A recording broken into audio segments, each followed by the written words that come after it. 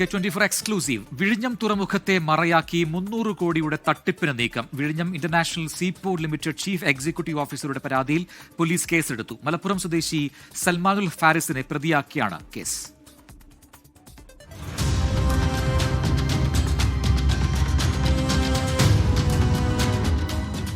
വിഴിഞ്ഞം തുറമുഖത്തിന്റെ പേരിൽ തയ്യാറാക്കിയ രേഖയാണിത്. ഒഫീഷ്യൽ സബ്മിഷൻ നോട്ടീസ് എന്ന പേരിൽ തയ്യാറാക്കിയ രേഖയെക്കുറിച്ച് വിഴിഞ്ഞം അന്താരാഷ്ട്ര തുറമുഖത്തിനോ സർക്കാരിനോ അറിയില്ല. 300 കോടി ടെൻഡർ കൺഫർമേഷൻ എന്നും പറയുന്നു. വിഴിഞ്ഞം MD ആയിരുന്ന ദിവ്യ SIയുടെ വ്യാജ ഒപ്പ്. ക്രൗൺ ഫ്ലോ മഖ്ദൂം ഗ്രൂപ്പ് എന്നാണ് കമ്പനിയുടെ പേര് പറഞ്ഞിരിക്കുന്നത്. വ്യാജരേഖ ചമച്ചുള്ള തട്ടിപ്പ് ശ്രദ്ധയിൽപ്പെട്ടതോടെ വിഴിഞ്ഞം CEO തന്നെ പോലീസിൽ പരാതി നൽകി. പരാതിയുടെ അടിസ്ഥാനത്തിൽ തമ്പാനൂർ പോലീസ് കേസെടുത്തു. മലപ്പുറം സ്വദേശി സൽമാനുൽ ഫാരിസിനെ പ്രതിയാക്കിയാണ് കേസ്. വിഴിഞ്ഞം തുറമുഖം മറയാക്കി വ്യാജരേഖ ചമച്ച് കോടികൾ തട്ടാൻ ശ്രമിച്ചുവെന്നാണ് FIR. സൽമാനുൽ ഫാരിസ് വ്യാജരേഖ കാണിച്ച് പലരിൽ നിന്നും ലക്ഷങ്ങൾ തട്ടിയെന്ന വിവരം പോലീസിന് ലഭിച്ചിട്ടുണ്ട്.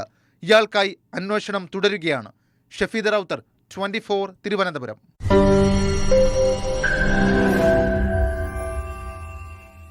ലോകത്തെവിടെയായാലും ഏത് സമയത്തും 24 വാർത്തകളും ഓഗ്മെന്റഡ് റിയാലിറ്റി പാക്കേജുകളും എക്സ്പ്ലെയിനറുകളും വിശദമായി കാണാൻ ഞങ്ങളുടെ YouTube ചാനൽ നിങ്ങൾക്ക് സബ്സ്ക്രൈബ് ചെയ്യാം.